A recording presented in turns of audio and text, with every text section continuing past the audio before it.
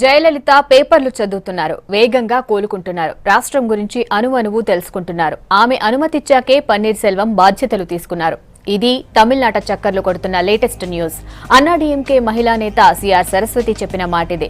Lung infection తో బాధపడుతున్న అమ్మ కోలుకుంటున్నారని వైద్యులు తప్ప ఎవరూ ఆమె రూమ్ లోకి వెళ్లనివ్వట్లేదన్నారామె. ఇక జయకు తెలియకుండా అన్నాడీఎంకేలో ఏమీ జరగదని అన్నారు. పన్నీర్ సెల్వం బాధ్యతలు తీసుకునేందుకు జయ సంతకం చేశారా అన్న డీఎంకే ప్రశ్నకు అన్నాడీఎంకే నేతలు బయటపెట్టిన విషయాలేవి. డాక్టర్లు అబద్దాలు చెప్పరని, అమ్మ క్షేమంగా తిరిగొస్తారని అన్నారు.